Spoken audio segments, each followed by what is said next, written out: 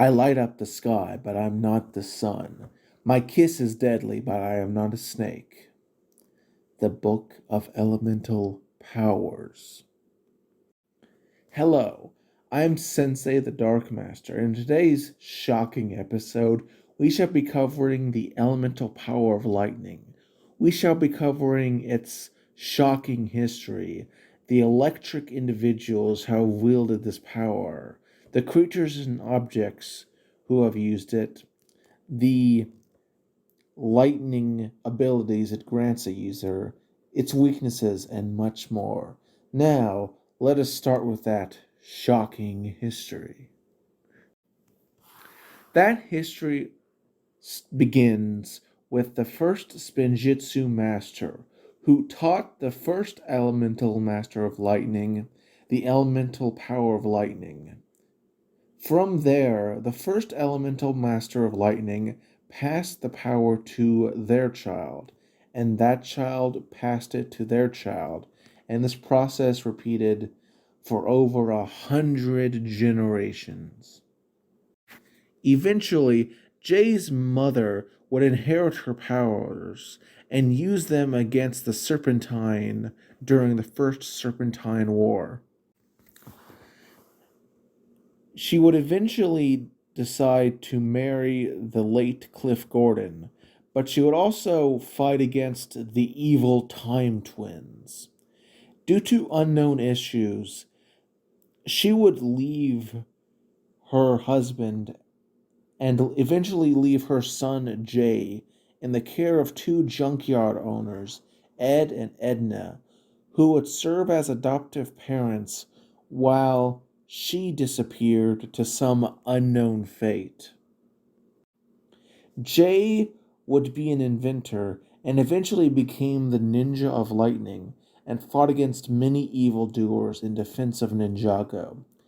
Jay would eventually learn of his true heritage during Skybound under the influence of Nauticon, but would truly rise to prominence when the ninja went to the island, where the keepers utilized a purple variation of lightning to capture the ninja. This was called Storm, which will get its own video in the future. But who has wielded this power?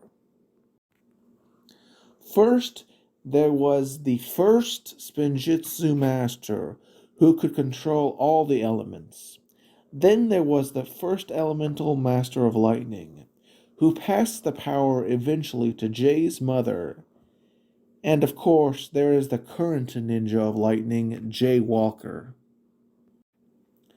However, there are others who have wielded the power of lightning. Nicole the Skulkin General wielded lightning via the Nunchucks of lightning. Ronan the Bounty Hunter used lightning with the elemental forge of lightning. Kai also wielded lightning via the Staff of the Elements, which contained the stolen element as well as all the other elements stolen during that tournament. Sensei Wu could wield lightning via the power of creation. Lloyd could also use the power via the golden power. Many creatures could tap into the elemental power of lightning. This included many dragons, the first of which was Wisp, the original lightning dragon, who would later fuse into the Ultra Dragon alongside the four other original dragons when they shed their scales and matured into fully grown dragons. Next, there was the Stormbringer, which was a dragon from the first realm, alongside its baby, who could presumably also shoot lightning bolts. Then there was the Firstborn, who could also wield the power. There was also the Elemental Lightning Dragon, which was an elemental construct in the shape of the dragon, and the Hydroelectric Dragon, which was created by both Jay and Nia combining their elemental dragons into one entity. Most interestingly, perhaps, however, was the elemental golem used by Ronan the bounty hunter, which was a large humanoid that could tap into lightning, fire, earth, and ice. Many objects, tools, and vehicles have utilized lightning as well. Firstly, and most obviously, there is the golden nunchucks of lightning, which were one of four golden weapons of creation. Eventually, Lord Garmadon would steal these and fuse them into the mega weapon, which granted him the power of lightning, as well as the other three elements of creation. Eventually, the mega weapon, thanks to some timey-wimey issues, would be melted down into golden armor utilized by the Overlord. Eventually, after his defeat, however, this golden armor would be reforged into a new pair of nunchucks of lightning, which had the power until it faded away after the defeat of the Oni.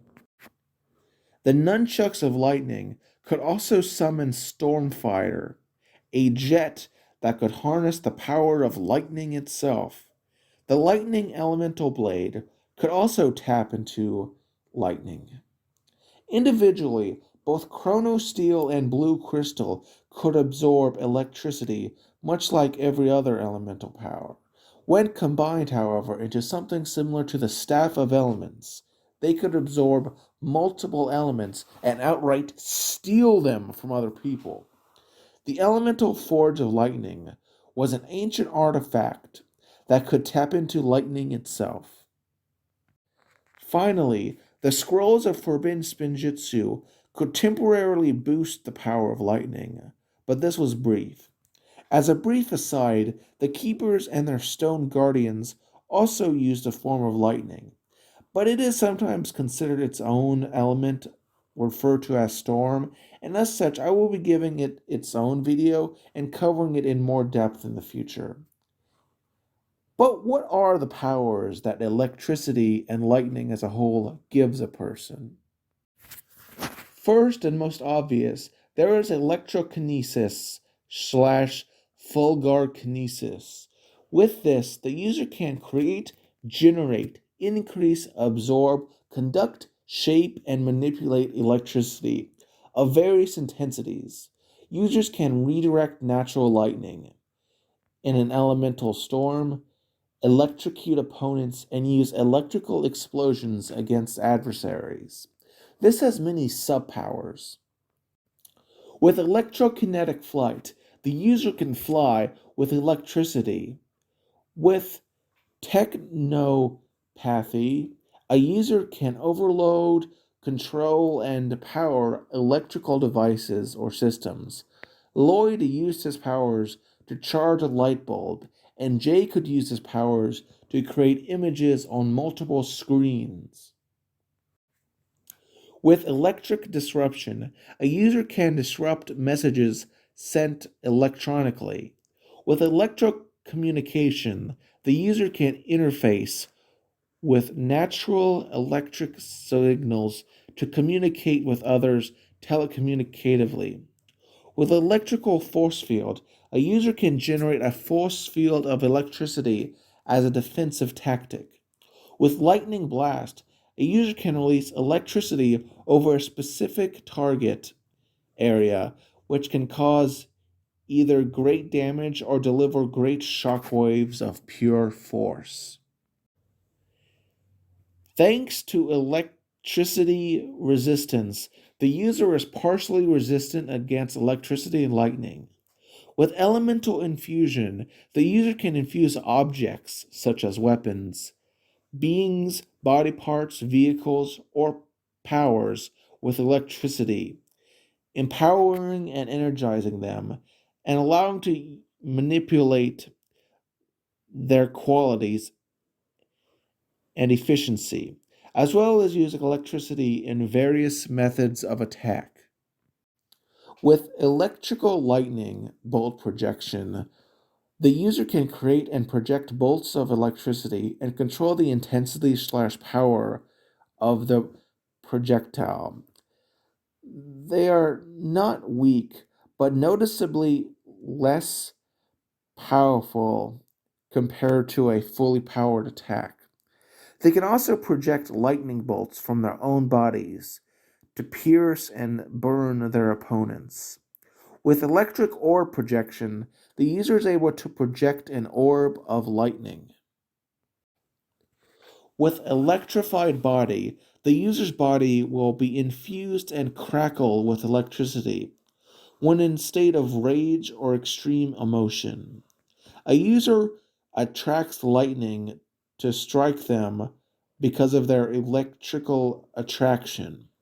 With electricity surface creation, the user can send electricity through a surface to electrify it, sending electric shocks to anyone on contact with the surface. With electromagnokinesis, the user can generate a magnetic force field with electricity. With electric beam emission, the user can produce and project beams of concentrated electricity, which can shock or cause electrocution, pierce through almost anything, or create destructive explosions upon impact.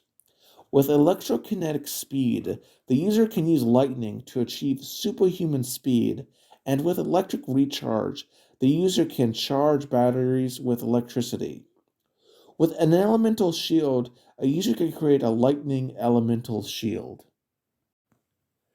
Upon unlocking the user's true potential, the user can unlock two other abilities: lightning mimicry, which allows the user to transform their bodies completely into electricity.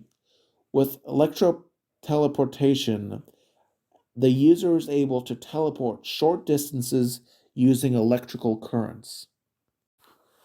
Lightning is associated with the colors blue and occasionally translucent greenish yellow.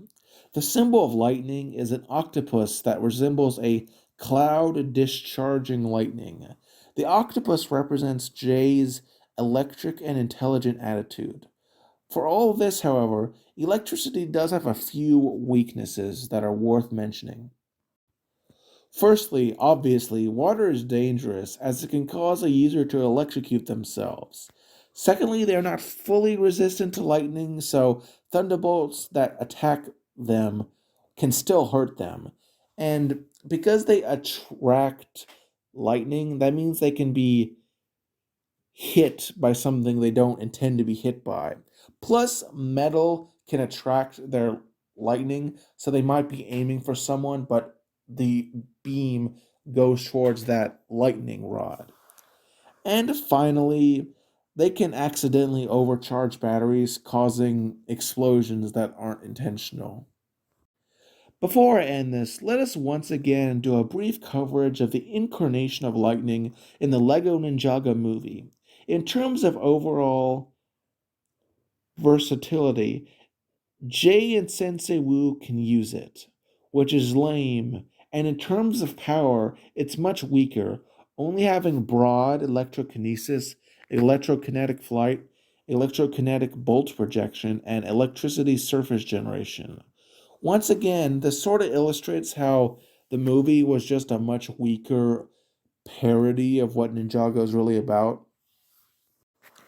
Overall, what can we learn from the elemental power of lightning?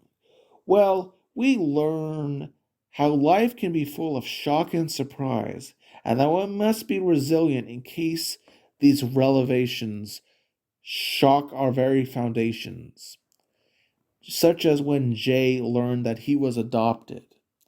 I am Sensei the Dark Master, and join me next time on the Lore of Ninjago. Have a great day.